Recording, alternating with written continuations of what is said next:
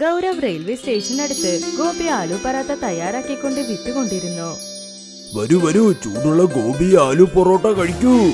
ഗൗരവിന്റെ വീട്ടിൽ അവന്റെ അമ്മ, ഭാര്യ, പിന്നെ അവന്റെ മകളും ഉണ്ടായിരുന്നു. ഗൗരവ് രാവിലെ മുതൽ വൈകുന്നേരം വരെ പണിയെടുക്കും. എന്നാലും അദ്ദേഹത്തിന് കഷ്ടപ്പാടിൽ നിന്ന് പുറത്തു വരാൻ സാധിച്ചില്ല. നോക്കൂ, ഗോപി ആലു പറാത്ത ചെയ്യാൻ ഒരുപാട് ചിലവാകുന്നുണ്ട്. നിങ്ങൾ ഒരു കാര്യം ചെയ്യൂ, നിങ്ങൾ സാധാ പറാത്ത വിറ്റ് നോക്കൂ. അതുകൊണ്ട് നമുക്ക് ചിലവും കുറയും, നമ്മുടെ ലാഭവും കൂടും. ഇല്ല, ഞാൻ അങ്ങനെ ചെയ്യില്ല. സാധാരണ പൊറോട്ട ആർക്കും ഇഷ്ടമല്ലെന്നേ. അച്ഛൻ ഗോപി ആലു പൊറോട്ടയാണ് ചെയ്തു വിറ്റിരുന്നത്. അതുകൊണ്ട് ഞാനും ഇത് തന്നെ ചെയ്യും. ഗൗരവിന് പലതരം കസ്റ്റമേഴ്സ് ഉണ്ടായിരുന്നു. അവർക്ക് പലതരം ഡിമാൻഡ്സും ഉണ്ടായിരുന്നു. ചേട്ടാ, പൊറോട്ട മാത്രമല്ല ഗോപി ആലുവും കുറച്ച് തരൂ. പിന്നെ എനിക്ക് പൊറോട്ടയുടെ കൂടെ പച്ചക്കറി വേണം. എനിക്ക് പൊറോട്ടയുടെ കൂടെ അച്ചാർ തരണം. എനിക്ക് പൊറോട്ടയുടെ കൂടെ തൈര് വേണം. ഗൗരവിന് ചില സമയത്ത് തന്റെ കസ്റ്റമേഴ്സിന്റെ ഡിമാൻഡ്സ് കേട്ട് മടുത്തു പോകും. പൊറോട്ടയുടെ കൂടെ നിങ്ങൾക്ക് പച്ചക്കറി വേണമെങ്കിൽ നിങ്ങൾ പ്രത്യേകം പണം തരണം. എനിക്ക് പ്രത്യേകിച്ചൊന്നും തരാൻ പറ്റില്ല. കണ്ടോ, ഈ ഗൗരവ് പച്ചക്കറിക്ക് പ്രത്യേകം പൈസ ചോദിക്കുന്നു. വരൂ വരൂ, നമുക്ക് ആർക്കും ഈ കടയിൽ നിന്ന് കഴിക്കണ്ട. അയ്യോ, ഒരു നിമിഷം, നിങ്ങൾ എവിടെ പോകുന്നു? ഒന്ന് നിൽക്കൂ. ഒരു ദിവസം ഗൗരവ് വളരെ വിഷമിച്ചുകൊണ്ട് വീട്ടിൽ വന്നു. എന്തു പറ്റി? ഇപ്പോൾ കസ്റ്റമേഴ്സ് വരുന്നത് കുറഞ്ഞുകൊണ്ടേ വരുന്നു. ജനങ്ങൾക്ക് പണം തരാനും താല്പര്യമില്ല. എന്നാൽ തൈര്, അച്ചാറ്, പച്ചക്കറി ഇതെല്ലാം ചോദിക്കുന്നു. വരൂ, നമുക്കൊന്ന് പുറത്തു പോയിട്ട് വരാം. അപ്പൊ ഒന്ന് റിഫ്രഷ് ആകും. നമ്മുടെ അടുത്ത് ടൂറിസ്റ്റ് പ്ലേസിലേക്ക് പോകാനുള്ള പണമൊന്നുമില്ല. അതുകൊണ്ട് നിന്റെ വീട്ടിലേക്ക് നമുക്ക് പോകാം. ഗൗരവ് ചുറ്റിക്കാണാൻ അമ്മായിമ്മയുടെ വീട്ടിൽ ചെന്നു. അതൊരു ഗ്രാമമാണ്. വഴിയിൽ ഗൗരവനും ഗൗരവിന്റെ ഭാര്യയ്ക്കും വളരെ ദാഹിച്ചു. അവർക്ക് എവിടെ നിന്നോ വെള്ളച്ചാട്ടത്തിന്റെ ശബ്ദം കേട്ടു. ഈ അരുവിയുടെ ശബ്ദം കിഴക്ക് ദിശയിൽ നിന്നാ വരുന്നത്. ഗൗരവും അവന്റെ ഭാര്യയും കിഴക്ക് ഭാഗത്തിലേക്ക് പോയി. അവർ കുറച്ചകലെ വെള്ളച്ചാട്ടവും കണ്ടു. ഈ അരുവി കാണാൻ നല്ല രസം. ഗൗരവും അവന്റെ ഭാര്യയും വെള്ളം കുടിച്ച് അവരുടെ ദാഹം മാറ്റി. അതോടൊപ്പം കൈകാലം കഴുകി.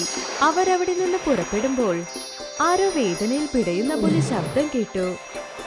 ഈ ശബ്ദം വെള്ളച്ചാട്ടത്തിന്റെ പുറകെ നിന്നാണ് കേൾക്കുന്നത്. അരുവിയിലേക്ക് ഒന്ന് ചാടി നോക്കണം. അപ്പോഴേ അവിടെ എന്താണുള്ളതെന്ന് മനസ്സിലാകൂ. പക്ഷെ വെള്ളച്ചാട്ടത്തിന്റെ അകത്തേക്ക് പോകുന്നത് ഒരു ആപത്തായാലോ? ഇത് എന്തെങ്കിലും ട്രാപ്പായി കൂടിയിരിക്കാം. അപ്പോഴാണ് വെള്ളച്ചാട്ടത്തിൽ നിന്ന് ശബ്ദം കേട്ടത്. ഞാൻ ഒന്നിനു വേണ്ടിയും ഇവിടെ വലവീശിയതല്ല. എന്നെ രക്ഷിക്കൂ. ഞാനൊരു സ്വാമിയാണ്. എന്നെ ഇവിടെ നിന്നും മോചിപ്പിക്കൂ. ഞാൻ ആ അരുവിക്കകത്ത് പോയി നോക്കാൻ പോകുക. ഒരുപക്ഷെ ഞാൻ അവിടെ അകപ്പെട്ടാൽ എന്നെ പോലെ ആരെങ്കിലും സഹായിക്കുമെന്ന് ഞാൻ പ്രതീക്ഷിക്കില്ലേ? ഗൗരവ് വെള്ളച്ചാട്ടത്തിൽ ചെന്നു. അവിടെ നോക്കുമ്പോൾ ഒരു മുനിയെ മുള്ളുകൊണ്ടുള്ള തൂണിൽ കെട്ടിയിട്ടിരുന്നു. അദ്ദേഹത്തിന്റെ പുറത്തു നിന്ന് രക്തം വന്നു. നിങ്ങൾ ആരാണ്? നിങ്ങൾ എങ്ങനെ ഇവിടെ അകപ്പെട്ടു? ഞാൻ നിന്നോട് എല്ലാം പറയാം. ആദ്യം എന്നെ ഒന്ന് മോചിപ്പിക്കൂ. ഗൗരവ കെട്ടയച്ചിട്ടു. മുനി ഇപ്പോൾ മോചിതനായി. നിനക്ക് ഒരുപാട് നന്ദി. ഞാൻ ഒരു സ്വാമിയാണ്. എന്റെ അടുത്ത് ചില ശക്തികളുമുണ്ട്. മനുഷ്യരുടെ ആഗ്രഹങ്ങളെല്ലാം എനിക്ക് നിറവേറ്റാൻ കഴിയും. ജനങ്ങൾ എന്റെ ശക്തി തെറ്റായി ഉപയോഗിക്കാൻ തുടങ്ങി. ഞാൻ അവരുമായി അംഗീകരിക്കാത്തപ്പോൾ എന്നെ ഇവിടേക്ക് കൂട്ടിക്കൊണ്ടുവന്ന് ഇതുപോലെ അടച്ചുവെച്ചു. ഒരുപക്ഷെ നിങ്ങളുടെ കയ്യിൽ യഥാർത്ഥത്തിൽ ശക്തി ഉണ്ടെങ്കിൽ നിങ്ങളെന്താ അതുപയോഗിച്ച് വെളിയിലേക്ക് വരാത്തത്? ഞാൻ എന്റെ ശക്തികൾ ഒരിക്കലും എനിക്ക് വേണ്ടി ഉപയോഗപ്പെടുത്താൻ പാടില്ല. ശരി സ്വാമി, ഞാനെന്നാൽ പുറപ്പെടുക. എനിക്കെന്റെ അമ്മായിയമ്മ വീട്ടിലെത്തണം. ഒരുപാട് ലേറ്റായി. നീ എന്തിനാണ് വെറും കൈയോടെ പോകുന്നത്? നീ എന്നെ സഹായിച്ചിരിക്കുന്നു. ഞാനിപ്പോൾ നിന്നെ സഹായിക്കാൻ ആഗ്രഹിക്കുന്നു. ഒരുപക്ഷെ നിനക്ക് എന്തെങ്കിലും വേണമെങ്കിൽ അത് ചോദിക്ക്. ഇല്ല സ്വാമി, ഞാൻ എന്റെ ജീവിതത്തിൽ കഠിനമായി അധ്വാനിച്ച് സമ്പാദിക്കാൻ ആഗ്രഹിക്കുന്നു. ഗൗരവ് പറഞ്ഞത് കേട്ട് മുനി സന്തോഷിച്ചു. അവർ മനസ്സിനുള്ളിൽ ഗൗരവിനെ ആശീർവദിക്കുകയും ചെയ്തു. ഗൗരവ് അമ്മായിമ്മയുടെ നാട്ടിൽ നിന്ന് വന്നതിന് ശേഷം അദ്ദേഹം വീണ്ടും തന്റെ ഗോപി ആലു പറാത്ത ബിസിനസ് തുടങ്ങി. വരൂ വരൂ, ചൂടുള്ള രുചിയുള്ള ആലു ഗോപി പൊറോട്ട കഴിക്കൂ. വരൂ വരൂ. കസ്റ്റമേഴ്സ് വീണ്ടും അവരുടെ ഡിമാൻഡുകൾ ചോദിക്കാൻ തുടങ്ങി. ഇവിടെ നോക്കൂ, പൊറോട്ടയുടെ കൂടെ പച്ചക്കറി വേണം. എന്നാൽ പച്ചക്കറിയൊന്നുമില്ല. അപ്പോഴാണ് പെട്ടെന്ന് അദ്ദേഹത്തിന്റെ പറാത്തയിൽ നിന്ന് ഉപ്പേരി പുറത്തേക്ക് വന്നത്.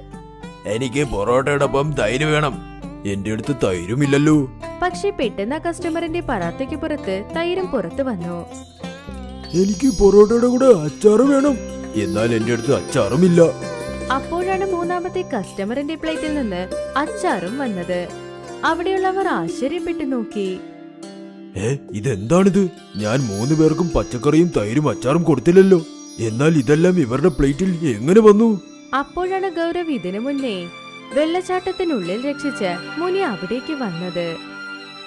ഇവിടെ നോക്കൂ, 2 പൊറോട്ട തരൂ, തൈരും അച്ചാറും പച്ചക്കറിയും തരൂ. അങ്ങനെ പറഞ്ഞ് മുനി അപ്രത്യക്ഷിതപ്പെട്ടു. ഈ അത്ഭുതങ്ങളെല്ലാം ആ മുനി കാരണമാണ് സംഭവിക്കുന്നതെന്ന് ഗൗരവിന് ഇപ്പോൾ മനസ്സിലായി. ഇപ്പൊ ഗൗതമിന്റെ അടുത്തേക്ക് ഒരുപാട് കസ്റ്റമേഴ്സ് വന്നു. എല്ലാവരും പറാത്ത കഴിക്കാനാണ് വന്നത്. അവരുടെ പറാത്തയ്ക്കൊപ്പം ഉപ്പേരി, തൈര്, അച്ചാറ് എന്ത് ചോദിച്ചാലും അതാ പറാത്തയിൽ നിന്ന് പുറത്തേക്ക് വന്ന് അവരുടെ പ്ലേറ്റിലേക്ക് വരും. ഗൗരവ് സത്യസന്ധമായി പറാത്തയുടെ പൈസ മാത്രം വാങ്ങിക്കൊണ്ടിരുന്നു. കുറച്ച് ദിവസം കൊണ്ട് ഗൗരവ് വലിയ പണക്കാരനുമായി. ഗൗരവ് എല്ലാവരോടും നടന്ന സത്യം പറഞ്ഞു. അതായത് ഒരു മുനി കാരണമാണ് ഈ അത്ഭുതങ്ങൾ നടക്കുന്നത് എന്ന്. അദ്ദേഹത്തെയാണ് ഗൗതം വെള്ളച്ചാട്ടത്തിനകത്ത് രക്ഷിച്ചത്. പിന്നെ ആ മുനി വെള്ളച്ചാട്ടത്തിനടുത്തിരുന്ന് തപസ് ചെയ്തുകൊണ്ടേയിരുന്നു. ഗൗരവിന്റെ അടുത്ത് ദീപക് എന്നാൾ പറാത്ത തള്ളുവണ്ടി വെച്ചുകൊണ്ടിരുന്നു. അദ്ദേഹവും പറാത്ത തന്നെയാണ് വിറ്റത്. അവനെന്ത് ചിന്തിച്ചു എന്നോ, അവനും ആ മുനിയുടെ അടുത്ത് നിന്ന് അനുഗ്രഹം വാങ്ങിച്ചാൽ ഗൗരവിനെ പോലെ പണക്കാരനാവാമെന്ന് ആഗ്രഹിച്ചു. ദീപക് ഗൗരവിനോട് സംസാരിക്കുന്ന മട്ടിൽ ആ മുനി എവിടെയുണ്ടെന്ന് അവൻ ചോദിച്ചറിഞ്ഞു. ദീപക് തോക്കുമെടുത്തുകൊണ്ട് ആ മുനിയുടെ അടുത്തേക്ക് ചെന്നു. നീ ആരാണ്? ഇവിടെ എന്ത് ചെയ്യുന്നു? വായടക്കേ, എന്റെ പേര് ദീപക്. ഞാൻ ഗൗരവിന്റെ കടയുടെ അടുത്താ കടയിട്ടിരിക്കുന്നത്. നിങ്ങൾ അവന് വരം കൊടുത്തു വലിയ തെറ്റ് ചെയ്തു. നീ തെറ്റിദ്ധരിച്ചതാണ്. ഗൗരവ് സത്യത്തിൽ നല്ല വ്യക്തിയാണ്. ഞാൻ അവന് ഒരു വരവും കൊടുത്തിട്ടില്ല. എപ്പോഴും നന്നായിരിക്കുന്ന ഞാൻ അവനെ അനുഗ്രഹിച്ചതേ ഉള്ളൂ. കിഴവാ, എന്നോട് അധികം സംസാരിക്കണ്ട. മര്യാദയ്ക്ക് എനിക്കും അതുപോലെ ഒരു വരം താ, അല്ലെങ്കിൽ ഇപ്പോൾ തന്നെ ഞാൻ തന്നെ കൊന്നുകളയും. അങ്ങനെയൊന്നും ആർക്കും അനുഗ്രഹിക്കാൻ പറ്റില്ല മോനെ. തനിക്ക് പറഞ്ഞാൽ മനസ്സിലാകില്ല. ദീപക് മുനിയുടെ കഴുത്തിലേക്ക് പിടിച്ചു. അവൻ അദ്ദേഹത്തിന്റെ കഴുത്ത് ഞെരിച്ച് ഇങ്ങനെ പറഞ്ഞു. വേഗം അനുഗ്രഹിച്ചോ, അല്ലെങ്കിൽ തന്റെ ജീവൻ ഞാനിങ്ങെടുക്കും. ശരി, ഞാൻ നിന്നെ അനുഗ്രഹിക്കാം. അടുത്ത ദിവസം ദീപക് വളരെ സന്തോഷിച്ച് അവന്റെ ബിസിനസ്സും തുടങ്ങി. ദീപക് കസ്റ്റമേഴ്സിന്റെ പ്ലേറ്റിൽ പറാത്ത വെച്ച് കൊടുത്തപ്പോൾ ആ പ്ലേറ്റിൽ പറാത്തയ്ക്ക് മുകളിൽ പാമ്പുകൾ ഉണ്ടായിരുന്നു. ദീപക് കസ്റ്റമേഴ്സിന്റെ പ്ലേറ്റിൽ എത്ര തവണ പറാത്ത വെച്ചാലും എല്ലാ തവണയും പാമ്പുകൾ വന്നു. കസ്റ്റമേഴ്സ് ദീപകിന്റെ കയ്യിൽ നിന്ന് പറാത്ത വാങ്ങുന്നത് നിർത്തി. എല്ലാ കസ്റ്റമേഴ്സും ഗൗരവിന്റെ കയ്യിൽ നിന്ന് പറാത്ത വാങ്ങി. ഗൗരവ് കസ്റ്റമേഴ്സിന്റെ തിരക്ക് വളരെ കൂടിയെന്ന് ശ്രദ്ധിച്ചിരുന്നു. അതുകൊണ്ട് 2 വേലക്കാരെ നിർത്തിക്കൊണ്ട് ഗൗരവ് ഒരു റെസ്റ്റോറന്റ് തുറന്നു. അങ്ങനെ സത്യസന്ധത പ്രയത്നം കൊണ്ട് ബിസിനസ്സിൽ മുന്നേറി ഒരുപാട് സന്തോഷത്തോടെ ജീവിച്ചു. അബ്ദുൾ ഒരു നല്ല പാചകക്കാരനായിരുന്നു. അയാൾക്ക് സുൽത്താൻ മിയയുടെ ഹോട്ടലിൽ തന്തൂരി ഉണ്ടാക്കുന്ന ജോലിയായിരുന്നു. എനിക്കൊരു തന്തൂരി പാർസലാക്കൂ. ഇപ്പൊ തരാം. അബ്ദുള്ളക്ക, നിങ്ങളുടെ കൈകൊണ്ട് ഉണ്ടാക്കുന്ന തന്തൂരി സൂപ്പറാണ്. ഞാൻ പല ഹോട്ടലുകളിലും തന്തൂരി കഴിച്ചിട്ടുണ്ട്. പക്ഷേ നിങ്ങളുടെ കൈപുണ്യം വേറെ ആർക്കും ഞാൻ കണ്ടിട്ടേയില്ല. നന്ദി. എന്റെ തന്തൂരി നിങ്ങൾക്ക് ഇഷ്ടപ്പെട്ടല്ലോ. എനിക്കത് കേട്ടാൽ മതി. അബ്ദുൾ വർഷങ്ങളായി ആ ഹോട്ടലിൽ ജോലി ചെയ്തുകൊണ്ടിരിക്കുന്നു. പ്രശ്നങ്ങളില്ലാതെ എല്ലാം നടന്നുകൊണ്ടിരുന്നു. പിന്നീട് ഒരു ദിവസം സുൽത്താൻ മിയയുടെ മകൻ അഫ്സൽ ഹോട്ടലിന്റെ ചുമതല ഏറ്റെടുത്തു. സാർ, നിങ്ങളുടെ ഹോട്ടലിലെ തന്തൂരി സൂപ്പറാണ്. ആ എനിക്കറിയാം. പല കസ്റ്റമേഴ്സും അബ്ദുള്ളയുടെ തന്തൂരിയെ കുറിച്ച് പറയുന്നുണ്ട്. അത് കേട്ടപ്പോൾ അബ്ദുൾ സന്തോഷിച്ചു. അഫ്സലിന്റെ മനസ്സിലുണ്ടായിരുന്ന കണക്കുകൂട്ടലുകളെ കുറിച്ച് അയാൾ അറിഞ്ഞിട്ടുണ്ടായിരുന്നില്ല. തന്തൂരി കൗണ്ടർ വലുതാക്കണമെന്ന് അഫ്സൽ തീരുമാനിച്ചിട്ടുണ്ടായിരുന്നു. വേറെയും ചില പാചകക്കാരെ അവിടെ നിയമിക്കണം എന്നും. അബ്ദുള്ളക്ക, നിങ്ങൾ വേറെയും 1-2 പേർക്ക് നിങ്ങളെപ്പോലെ തന്തൂരി ഉണ്ടാക്കാൻ പഠിപ്പിച്ചു കൊടുക്കണം. എന്താണെന്ന് വെച്ചാൽ, ഞാൻ തന്തൂരി കൗണ്ടർ വലുതാക്കാൻ പോവുകയാണ്. അപ്പോഴേ എനിക്ക് നിറയെ ഓർഡർ വരികയുള്ളൂ. തീർച്ചയായും ഞാൻ എല്ലാ പാചകക്കാരനും പറഞ്ഞു കൊടുക്കാം. അത് കേട്ട് അഫ്സൽ സന്തോഷിച്ചു. കുറച്ചു ദിവസത്തിനു ശേഷം തന്തൂരി കൗണ്ടർ വലുതായി. വേറെയും 2 പാചകക്കാരെ കൗണ്ടറിൽ നിയമിച്ചു, അൽത്താഫും അർബാസും. ഞാൻ ചെയ്യുന്നത് ശ്രദ്ധിച്ച് കണ്ടുപിടിക്കണം.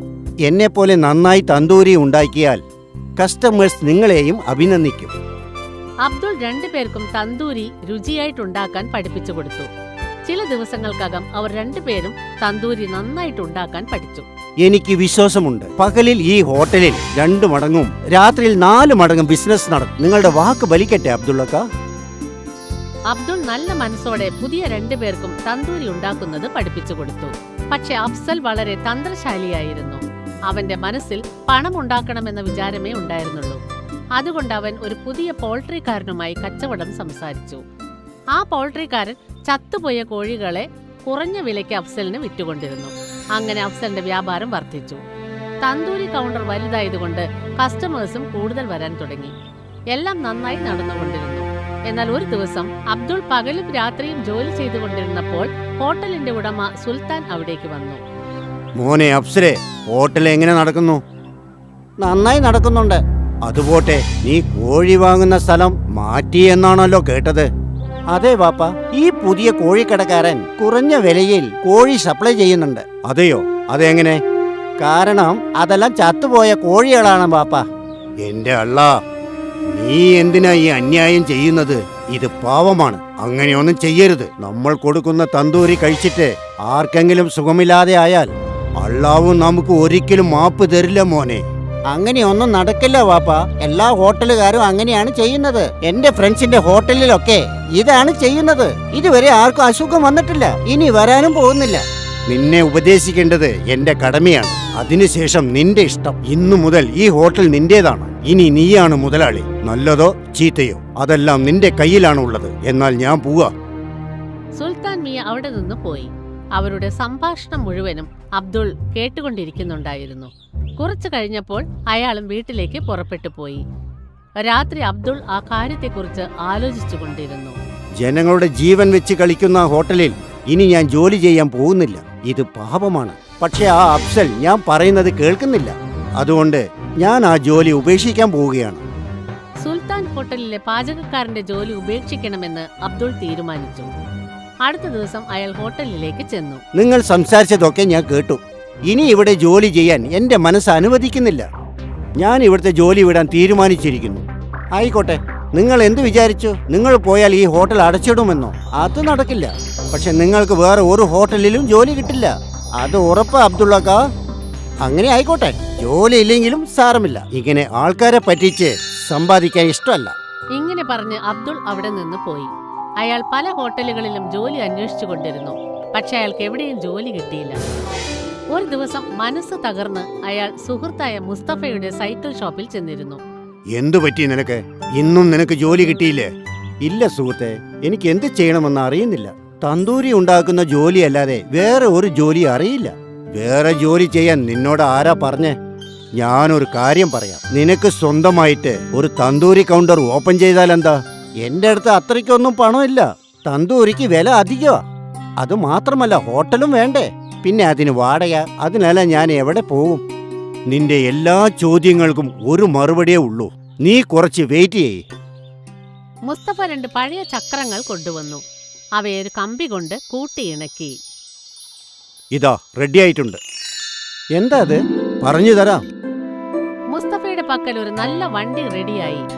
അയാൾ വീലുകൾക്ക് മേലെ ഒരു പലക ഘടിപ്പിച്ചു. എന്നിട്ട് ആ തന്തൂർ ഉന്തുവണ്ടിയിൽ വെച്ചു. ഇപ്പോൾ ഇതിന്റെ അടിയിൽ കൽക്കരി വെച്ച് കത്തിക്ക്. എന്നിട്ട് ഇതിന്റെ മുകളിൽ തന്തൂരി ഉണ്ടാക്കാം. ആ, വളരെ നന്നായിട്ടുണ്ടല്ലോ. ഈ ഐഡിയ എങ്ങനെ കിട്ടി? നിന്നെ സഹായിക്കണം എന്ന് വിചാരിച്ചപ്പോ ഒരു ഐഡിയ താനേ കിട്ടി. വളരെ നന്ദി സുഹൃത്തെ. അടുത്ത ദിവസം മുതൽ മുസ്തഫ ഉന്തുവണ്ടിയിൽ തന്തൂരി വിൽക്കാൻ ആരംഭിച്ചു. മുസ്തഫ തന്തൂരി ഉണ്ടാക്കുന്നതിൽ സമർത്ഥനായിരുന്നു. ഹോട്ടൽ ഇല്ലാത്തതുകൊണ്ട് അയാൾ തന്തൂരിയുടെ വില വളരെ കുറച്ചു. മുസ്തഫയുടെ ഉന്തുവണ്ടിയിൽ നടത്തിക്കൊണ്ടിരുന്ന തന്തൂരി കടയിൽ എപ്പോഴും ജനങ്ങൾ കൂട്ടം കൂട്ടമായി വന്നു. എന്നാൽ സുൽത്താൻ ഹോട്ടൽ ഫുഡ് ഓഫീസർ അടച്ചു. കൂടാതെ ചത്തുപോയ കോഴികളെ പാചകം ചെയ്ത കാരണത്താൽ ഹോട്ടൽ സീൽ വെച്ചു. അഫ്സലിനെ ജയിലിൽ അടച്ചു. ഇതായിരിക്കും ദൈവത്തിന്റെ നിയമം. നന്മ ചെയ്താൽ നല്ലത് നടക്കും, തിന്മ ചെയ്താൽ തിന്മ നടക്കും. സത്യത്തിനെന്നും 16 വയസ്സാണെന്ന് പറയുന്നത് ഇതുകൊണ്ടാണ്. അബ്ദുൾ ഒരു നല്ല പാചകക്കാരനായിരുന്നു. അയാൾക്ക് സുൽത്താൻ മിയയുടെ ഹോട്ടലിൽ തന്തൂരി ഉണ്ടാക്കുന്ന ജോലിയായിരുന്നു. എനിക്കൊരു തന്തൂരി പാർസലാക്കൂ. ഇപ്പൊ തരാം. അബ്ദുള്ളക്ക, നിങ്ങളുടെ കൈകൊണ്ട് ഉണ്ടാക്കുന്ന തന്തൂരി സൂപ്പറാണ്. ഞാൻ പല ഹോട്ടലുകളിലും തന്തൂരി കഴിച്ചിട്ടുണ്ട്. പക്ഷേ നിങ്ങളുടെ കൈപുണ്യം വേറെ ആർക്കും ഞാൻ കണ്ടിട്ടേയില്ല. നന്ദി. എൻ്റെ തന്തൂരി നിങ്ങൾക്ക് ഇഷ്ടപ്പെട്ടല്ലോ. എനിക്കത് കേട്ടാൽ മതി. അബ്ദുൾ വർഷങ്ങളായി ആ ഹോട്ടലിൽ ജോലി ചെയ്തുകൊണ്ടിരിക്കുന്നു. പ്രശ്നങ്ങളില്ലാതെ എല്ലാം നടന്നുകൊണ്ടിരുന്നു. പിന്നീട് ഒരു ദിവസം സുൽത്താൻ മിയയുടെ മകൻ അഫ്സൽ ഹോട്ടലിന്റെ ചുമതല ഏറ്റെടുത്തു. സാർ, നിങ്ങളുടെ ഹോട്ടലിലെ തന്തൂരി സൂപ്പറാണ്. ആ ആ എനിക്കറിയാം. പല കസ്റ്റമേഴ്സും അബ്ദുള്ളയുടെ തന്തൂരിയെക്കുറിച്ച് പറയുന്നുണ്ട്. അത് കേട്ടപ്പോൾ അബ്ദുൾ സന്തോഷിച്ചു. അഫ്സലിന്റെ മനസ്സിലുണ്ടായിരുന്ന കണക്കുകൂട്ടലുകളെ കുറിച്ച് അയാൾ അറിഞ്ഞിട്ടുണ്ടായിരുന്നില്ല. തന്തൂരി കൗണ്ടർ വലുതാക്കണമെന്ന് അഫ്സൽ തീരുമാനിച്ചിട്ടുണ്ടായിരുന്നു. വേറെയും ചില പാചകക്കാരെ അവിടെ നിയമിക്കണം എന്നും. അബ്ദുള്ളക്ക, നിങ്ങൾ വേറെയും 1-2 പേർക്ക് നിങ്ങളെപ്പോലെ തന്തൂരി ഉണ്ടാക്കാൻ പഠിപ്പിച്ചു കൊടുക്കണം. എന്താണെന്ന് വെച്ചാൽ ഞാൻ തന്തൂരി കൗണ്ടർ വലുതാക്കാൻ പോവുകയാണ്. അപ്പോഴേ എനിക്ക് നിറയെ ഓർഡർ വരികയുള്ളൂ. തീർച്ചയായും ഞാൻ എല്ലാ പാചകക്കാരനും പറഞ്ഞു കൊടുക്കാം. അത് കേട്ട് അഫ്സൽ സന്തോഷിച്ചു. കുറച്ചു ദിവസത്തിനു ശേഷം തന്തൂരി കൗണ്ടർ വലുതായി. വേറെയും 2 പാചകക്കാരെ കൗണ്ടറിൽ നിയമിച്ചു, അൽത്താഫും അർബാസും. ഞാൻ ചെയ്യുന്നത് ശ്രദ്ധിച്ച് കണ്ടുപിടിക്കണം. എന്നെപ്പോലെ നന്നായി തന്തൂരി ഉണ്ടാക്കിയാൽ കസ്റ്റമേഴ്സ് നിങ്ങളെയും അഭിനന്ദിക്കും.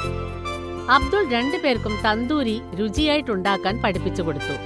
ചില ദിവസങ്ങൾക്കകം അവർ 2 പേരും തന്തൂരി നന്നായിട്ടുണ്ടാക്കാൻ പഠിച്ചു. എനിക്ക് വിശ്വാസമുണ്ട്, പകലിൽ ഈ ഹോട്ടലിൽ 2 മടങ്ങും രാത്രിയിൽ 4 മടങ്ങും ബിസിനസ് നടക്കും. നിങ്ങളുടെ വാക്ക് ബലിക്കട്ടെ അബ്ദുള്ളക്ക. അബ്ദുൾ നല്ല മനസ്സോടെ പുതിയ 2 പേർക്കും തന്തൂരി ഉണ്ടാക്കുന്നത് പഠിപ്പിച്ചു കൊടുത്തു. പക്ഷെ അഫ്സൽ വളരെ തന്ത്രശാലിയായിരുന്നു. അവന്റെ മനസ്സിൽ പണം ഉണ്ടാക്കണമെന്ന വിചാരമേ ഉണ്ടായിരുന്നുള്ളൂ. അതുകൊണ്ട് അവൻ ഒരു പുതിയ പോൾട്രിക്കാരനുമായി കച്ചവടം സംസാരിച്ചു. ആ പോൾട്രിക്കാരൻ ചത്തുപോയ കോഴികളെ കുറഞ്ഞ വിലയ്ക്ക് അഫ്സലിന് വിറ്റുകൊണ്ടിരുന്നു. അങ്ങനെ അഫ്സലിന്റെ വ്യാപാരം വർദ്ധിച്ചു. തന്തൂരി കൗണ്ടർ വലുതായതുകൊണ്ട് കസ്റ്റമേഴ്സും കൂടുതൽ വരാൻ തുടങ്ങി. എല്ലാം നന്നായി നടന്നുകൊണ്ടിരുന്നു. എന്നാൽ ഒരു ദിവസം അബ്ദുൾ പകലും രാത്രിയും ജോലി ചെയ്തുകൊണ്ടിരുന്നപ്പോൾ ഹോട്ടലിന്റെ ഉടമ സുൽത്താൻ അവിടേക്ക് വന്നു. മോനെ അഫ്സലെ, ഹോട്ടൽ എങ്ങനെ നടക്കുന്നു? നന്നായി നടക്കുന്നുണ്ട്. അതുപോട്ടെ, നീ കോഴി വാങ്ങുന്ന സ്ഥലം മാറ്റി എന്നാണല്ലോ കേട്ടത്. അതെ വാപ്പ, ഈ പുതിയ കോഴിക്കടക്കാരൻ കുറഞ്ഞ വിലയിൽ കോഴി സപ്ലൈ ചെയ്യുന്നുണ്ട്. അതെയോ? അതെങ്ങനെ? കാരണം അതെല്ലാം ചത്തുപോയ കോഴികളാണ് വാപ്പ. എന്റെ അള്ളാ, നീ എന്തിനാ ഈ അന്യായം ചെയ്യുന്നത്? ഇത് പാവമാണ്. അങ്ങനെയൊന്നും ചെയ്യരുത്. നമ്മൾ കൊടുക്കുന്ന തന്തൂരി കഴിച്ചിട്ട് ആർക്കെങ്കിലും സുഖമില്ലാതെ ആയാൽ അള്ളാവും നമുക്ക് ഒരിക്കലും മാപ്പ് തരില്ല മോനെ. അങ്ങനെയൊന്നും നടക്കില്ല വാപ്പ. എല്ലാ ഹോട്ടലുകാരും അങ്ങനെയാണ് ചെയ്യുന്നത്. എന്റെ ഫ്രണ്ട്സിന്റെ ഹോട്ടലിലൊക്കെ ഇതാണ് ചെയ്യുന്നത്. ഇതുവരെ ആർക്കും അസുഖം വന്നിട്ടില്ല, ഇനി വരാനും പോകുന്നില്ല. നിന്നെ ഉപദേശിക്കേണ്ടത് എന്റെ കടമയാണ്. അതിനുശേഷം നിന്റെ ഇഷ്ടം. ഇന്നു മുതൽ ഈ ഹോട്ടൽ നിന്റേതാണ്. ഇനി നീയാണ് മുതലാളി. നല്ലതോ ചീത്തയോ അതെല്ലാം നിന്റെ കയ്യിലാണ് ഉള്ളത്. എന്നാൽ ഞാൻ പോവാ. സുൽത്താൻ മിയ അവിടെ നിന്ന് പോയി. അവരുടെ സംഭാഷണം മുഴുവനും അബ്ദുൾ കേട്ടുകൊണ്ടിരിക്കുന്നുണ്ടായിരുന്നു. കുറച്ചു കഴിഞ്ഞപ്പോൾ അയാളും വീട്ടിലേക്ക് പുറപ്പെട്ടു പോയി. രാത്രി അബ്ദുൾ ആ കാര്യത്തെക്കുറിച്ച് ആലോചിച്ചുകൊണ്ടിരുന്നു. ജനങ്ങളുടെ ജീവൻ വെച്ച് കളിക്കുന്ന ഹോട്ടലിൽ ഇനി ഞാൻ ജോലി ചെയ്യാൻ പോകുന്നില്ല. ഇത് പാപമാണ്. പക്ഷെ ആ അഫ്സൽ ഞാൻ പറയുന്നത് കേൾക്കുന്നില്ല. അതുകൊണ്ട് ഞാൻ ആ ജോലി ഉപേക്ഷിക്കാൻ പോവുകയാണ്. സുൽത്താൻ ഹോട്ടലിലെ പാചകക്കാരന്റെ ജോലി ഉപേക്ഷിക്കണമെന്ന് അബ്ദുൾ തീരുമാനിച്ചു. അടുത്ത ദിവസം അയാൾ ഹോട്ടലിലേക്ക് ചെന്നു. നിങ്ങൾ സംസാരിച്ചതൊക്കെ ഞാൻ കേട്ടു. ഇനി ഇവിടെ ജോലി ചെയ്യാൻ എന്റെ മനസ്സ് അനുവദിക്കുന്നില്ല. ഞാൻ ഇവിടുത്തെ ജോലി വിടാൻ തീരുമാനിച്ചിരിക്കുന്നു.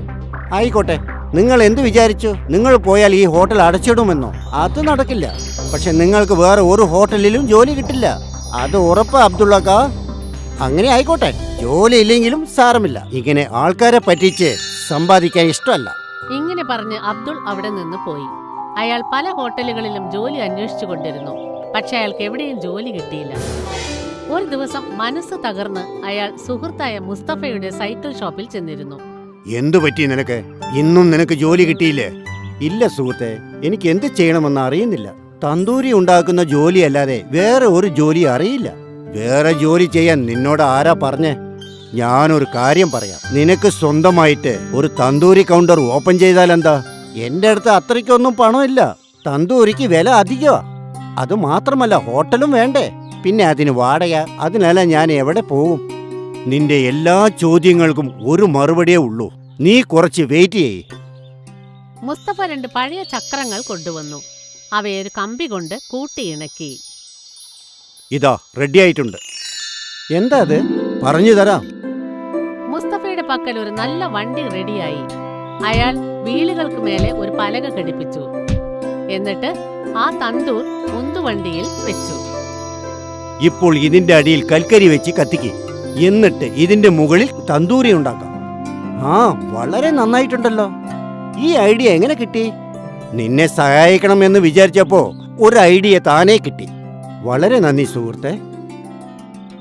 അടുത്ത ദിവസം മുതൽ മുസ്തഫ ഉന്തുവണ്ടിയിൽ തന്തൂരി വിൽക്കാൻ ആരംഭിച്ചു.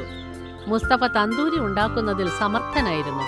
ഹോട്ടൽ ഇല്ലാത്തതുകൊണ്ട് അയാൾ തന്തൂരിയുടെ വില വളരെ കുറച്ചു. മുസ്തഫയുടെ ഉന്തുവണ്ടിയിൽ നടത്തിക്കൊണ്ടിരുന്ന തന്തൂരി കടയിൽ എപ്പോഴും ജനങ്ങൾ കൂട്ടം കൂട്ടമായി വന്നു. എന്നാൽ സുൽത്താൻ ഹോട്ടൽ ഫുഡ് ഓഫീസർ അടച്ചു. കൂടാതെ ചത്തുപോയ കോഴികളെ പാചകം ചെയ്ത കാരണത്താൽ ഹോട്ടൽ സീൽ വെച്ചു. അഫ്സലിനെ ജയിലിൽ അടച്ചു. ഇതായിരിക്കും ദൈവത്തിന്റെ നിയമം. നന്മ ചെയ്താൽ നല്ലത് നടക്കും, തിന്മ ചെയ്താൽ തിന്മ നടക്കും. സത്യത്തിനെന്നും 16 വയസ്സാണെന്ന് പറയുന്നത് ഇതുകൊണ്ടാണ്. രമാകാന്ത് ഒരു ഡാബ ഓണറായിരുന്നു. അയാളുടെ ഡാബ ഹൈവേയിലുമായിരുന്നു. അതുകൊണ്ട് അവിടെ കസ്റ്റമേഴ്സിന്റെ ഒരു കൂട്ടം തന്നെ എപ്പോഴും ഉണ്ടായിരുന്നു. ചേട്ടാ, ഒരു ചോളപ്പൂരി, ഒരു പുലാവ്, ഒരു ദാൽ കിച്ചടി, കുറച്ച് വേഗം തരൂ. ആ ശരി ശരി, നിങ്ങൾ ഇരിക്കൂ. രമാകാന്ത് അദ്ദേഹത്തിന്റെ ഡാബയിൽ ഒരുപാട് സമയം ജോലി ചെയ്തുകൊണ്ടേയിരിക്കും. അങ്ങനെ രാത്രി ഒരുപാട് ലേറ്റായി വീട്ടിൽ പോയപ്പോൾ അയാളുടെ മകൾ നീലിമ അയാൾക്കു വേണ്ടി കാത്തുനിന്നു. മോൾ ഇപ്പോഴും ഉറങ്ങിയില്ലേ?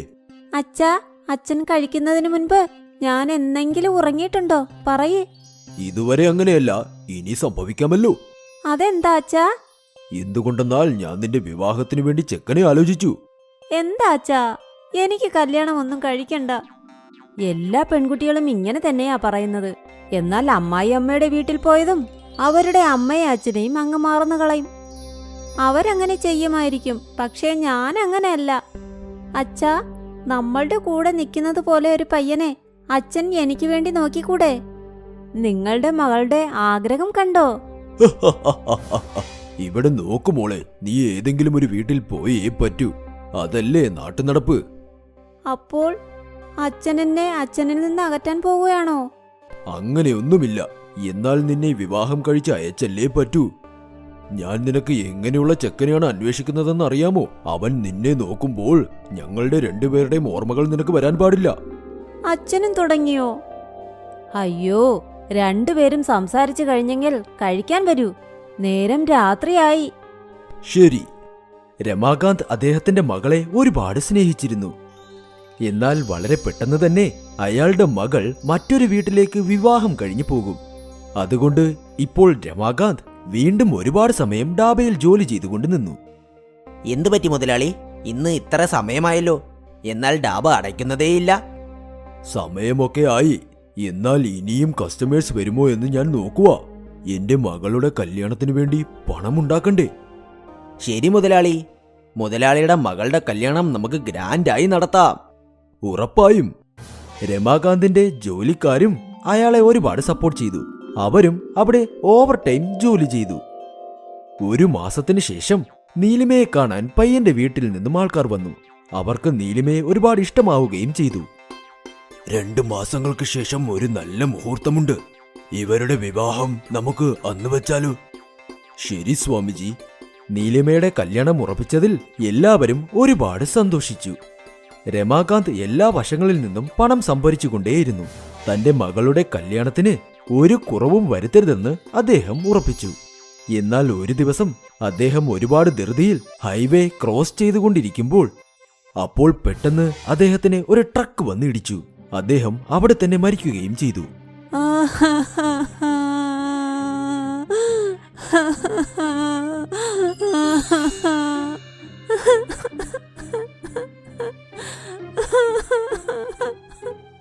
ഏത് വീട്ടിലാണോ കല്യാണം നടക്കേണ്ടത്, ഇപ്പോൾ ആ വീട്ടിൽ മരണം സംഭവിച്ചു. വീടിന്റെ ഗ്രഹനാഥൻ തന്നെ മരിച്ചു. ഇപ്പോൾ സരിതയ്ക്കും നീലമിക്കും ആരുമില്ല. കുറച്ചു നാളുകൾക്ക് ശേഷം കിഷോർ രമാകാന്തിന്റെ വീട്ടിലേക്ക് വന്നു. ആ പെങ്ങള്, നിങ്ങളുടെ ഭർത്താവ് എൻ്റെ കയ്യിൽ നിന്നും 2 ലക്ഷം രൂപ കടം വാങ്ങിയിരുന്നു. മകളുടെ കല്യാണത്തിന് വേണ്ടി. കല്യാണം കഴിയുമ്പോൾ തരാമെന്ന് പറഞ്ഞു. എന്നാൽ അദ്ദേഹം ഇപ്പോൾ ഇല്ലല്ലോ. അപ്പോൾ എൻ്റെ പണം ആര് തിരിച്ചു തരും? ചേട്ടാ, അദ്ദേഹം ഇതിനെക്കുറിച്ച് ഒന്നും സംസാരിച്ചിട്ടില്ല. അതൊന്നും എനിക്കറിയണ്ട. നിങ്ങൾ പറയൂ, എൻ്റെ പണം ആര് തിരിച്ചു തരുമെന്ന്. ഞാൻ തിരിച്ചു തരാം. എന്റെ അച്ഛന്റെ എല്ലാ കടവും ഞാൻ തീർക്കാം. നിങ്ങൾ എനിക്ക് വെറും 6 മാസം സമയം തന്നാൽ മതി. ശരി, എന്നാൽ ഞാൻ 6 മാസം കഴിയുമ്പോൾ തിരിച്ചു വരും. എന്നാൽ അതിനുള്ളിൽ പണം റെഡിയാക്കി വെച്ചോളൂ. സരിത തലയിൽ കൈവച്ച് ഇരുന്നു.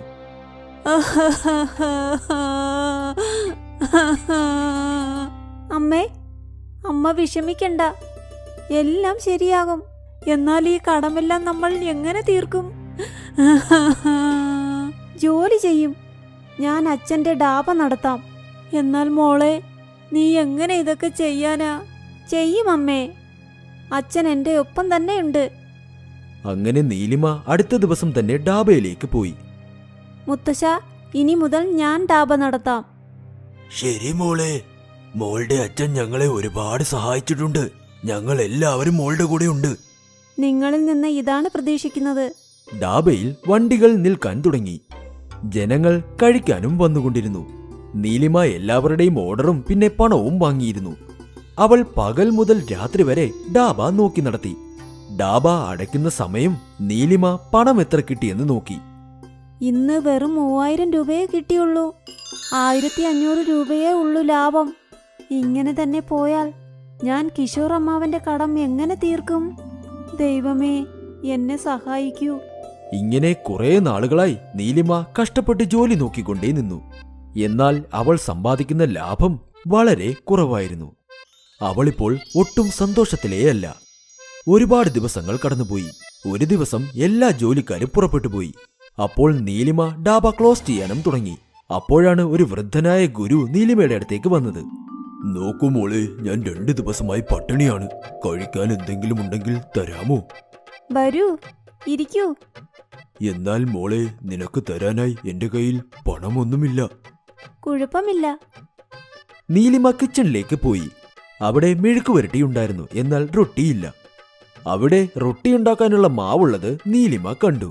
അവൾ ഉടനെ അടുപ്പ് കത്തിച്ച് ഒരു കലത്തിൽ 2 റൊട്ടികൾ ഉണ്ടാക്കിയെടുത്തു. പിന്നെ മെഴുക്കുവരട്ടിയോടൊപ്പം അവൾ ഉണ്ടാക്കിയ റൊട്ടികൾ ആ ഗുരുവിന് വിളമ്പിക്കൊടുത്തു.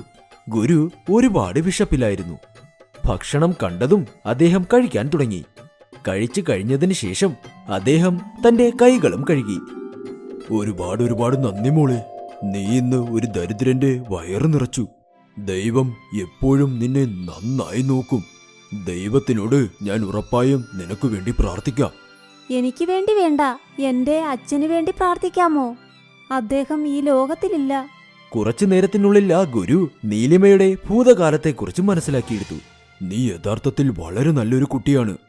നിന്റെ ഈ പോരാട്ടത്തിൽ ഉറപ്പായും ഞാൻ നിന്നെ സഹായിക്കാം.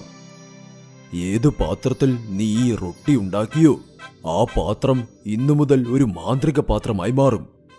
ആരൊക്കെ നീ ആ പാത്രം കൊണ്ടുണ്ടാക്കി കൊടുത്ത റൊട്ടി കഴിക്കുന്നു, അവർ ഉറപ്പായും മറ്റൊരു റൊട്ടി കൂടെ കഴിക്കാതെ പോവുകയേയില്ല. അതിലൂടെ നിനക്ക് ഉറപ്പായും പല മടങ്ങ് പണവും സമ്പാദിക്കാൻ കഴിയും. ആ ഗുരു നീലിമയ്ക്ക് ആശീർവാദവും നൽകി അവിടെ നിന്നും പുറപ്പെട്ടു പോയി. അങ്ങനെ നീലിമ ഡാബയും ക്ലോസ് ചെയ്ത് വീട്ടിലേക്കും പോയി. അടുത്ത ദിവസം നീലിമ ഡാബ തുറന്നു. എപ്പോഴത്തെയും പോലെ കസ്റ്റമേഴ്സും വന്നു. ഒരു കസ്റ്റമർ കലം കൊണ്ടുള്ള റൊട്ടി ഓർഡർ ചെയ്തു. ഒരു കലം റൊട്ടി കൂടി. അയാൾ 2ാമത്തെ റൊട്ടിയും കഴിച്ചു. ഒരെണ്ണം കൂടി താമോളെ. അയ്യോ, എന്താ നീ 3ാമത്തെ കലം റൊട്ടിയാ ചോദിക്കുന്നത്? എന്ത് ചെയ്യാനാ, ഇതുവരെ ഞാൻ ഇത്രയും രുചിയുള്ള കലം റൊട്ടി കഴിച്ചിട്ടേയില്ല. നീയും കഴിച്ചു നോക്ക്. പിന്നെ എന്താ, ആരൊക്കെ കലം കൊണ്ടുള്ള റൊട്ടി ഓർഡർ ചെയ്തോ അവർ വീണ്ടും വീണ്ടും ഓർഡർ ചെയ്തുകൊണ്ടേയിരുന്നു. ദിവസം മുഴുവനും കലം കൊണ്ടുള്ള റൊട്ടി ഉണ്ടാക്കിക്കൊണ്ടേയിരുന്നു. രാത്രിയായപ്പോൾ നീലിമ പണം എത്ര വന്നെന്ന് നോക്കിയപ്പോൾ അവൾ ഷോക്കായിപ്പോയി. ഒരു ദിവസം കൊണ്ട് അവളുടെ ലാഭം 10 മടങ്ങായി മാറി. ഇന്നത്തെ ലാഭം 15000 രൂപയോ? അവൾ സന്തോഷത്തോടെ വീട്ടിലേക്ക് പോയി തന്റെ അമ്മയോട് എല്ലാ കാര്യവും പറഞ്ഞു. മോളെ, ഇതെങ്ങനെ സാധിച്ചു? അമ്മേ, ഇതെല്ലാം ആ ഗുരുവിന്റെ ആശീർവാദമാ. അദ്ദേഹത്തിന്റെ ആശീർവാദത്താൽ ആ കലം മാന്ത്രിക കലമായി മാറി. ഇനി അച്ഛന്റെ കടമെല്ലാം നമുക്ക് വേഗം അടയ്ക്കാം. ദൈവത്തിന് 1000 നന്ദി. നീലിമ ഇപ്പോൾ സന്തോഷത്തിലാണ്. അവൾ ഡാബയിൽ വളരെ സന്തോഷത്തോടെ ജോലി ചെയ്തു. ഒരു മാസത്തിനു ശേഷം കിഷോർ നീലിമയുടെ ഡാബയിലേക്ക് വന്നു. നോക്കുമോളെ, നിനക്ക് ഓർമ്മയില്ലേ? ഒരു മാസം ഇപ്പോൾ കഴിഞ്ഞു. ആ, ഓർമ്മയുണ്ട്. നീലിമ ടേബിളിൽ നിന്ന് 2 ലക്ഷം രൂപയെടുത്ത് അത് കിഷോറിന്റെ കയ്യിൽ ഏൽപ്പിച്ചു. ഇതാ നിങ്ങളുടെ പണം. ഇത്ര പെട്ടെന്നോ? മോളെ, ഇത്രയും പണം നീ എങ്ങനെ ഇത്ര വേഗം റെഡിയാക്കി? ദൈവത്തിന്റെ കൃപ കൊണ്ട്. നീലിമ കിഷോറിന്റെ ചെവിയിൽ അവളുടെ മാന്ത്രിക കലത്തിനെ കുറിച്ച് പറഞ്ഞു. അന്നു മുതൽ കച്ചവടം നന്നായി നടക്കുന്നുണ്ട്. വരുമാനവും കൂടിയിട്ടുണ്ട്. നല്ല കാര്യം. ഇനി വരുന്ന കാലം മോള് നന്നായി ജീവിക്കേ. എന്റെ ആശീർവാദം എപ്പോഴും നിന്നോടൊപ്പം ഉണ്ടായിരിക്കും. കിഷോർ നീലിമയെ ആശീർവദിച്ച് അവിടെ നിന്നും പോയി. എന്നാൽ അയാളുടെ മനസ്സിൽ അസൂയയുണ്ടായിരുന്നു. രാത്രി ഡാബ ക്ലോസ് ആയതിനു ശേഷം കിഷോർ ആ മാന്ത്രിക കലം കൈക്കലാക്കാൻ വേണ്ടി ഡാബയിലേക്ക് വന്നു. എന്നാൽ കിഷോർ ആ കലത്തിൽ തൊട്ട ഉടനെ കലം ചൂടാകാനായി തുടങ്ങി. ആ കലം അപ്പോൾ എത്ര ചൂടായെന്നാൽ അത് ചുമന്ന നിറത്തിലും മാറി. ഇതിൽ കിഷോറിന്റെ കൈയും പൊള്ളി. എന്റെ കയ്യ്! അയ്യോ, എന്റെ കയ്യ്! ഉഫ്, ഉഫ്, ഉഫ്, ഉഫ്. കിഷോറിന് അവന്റെ അത്യാഗ്രഹത്തിനുള്ള ശിക്ഷ കിട്ടി. അവന് ആ മാന്ത്രിക റൊട്ടി കലവും കിട്ടിയില്ല, അതോടൊപ്പം അയാളുടെ കൈകളും പൊള്ളിപ്പോയി. അതുകൊണ്ട് നമ്മൾ ഒരിക്കലും അത്യാഗ്രഹപ്പെടാനേ പാടില്ല.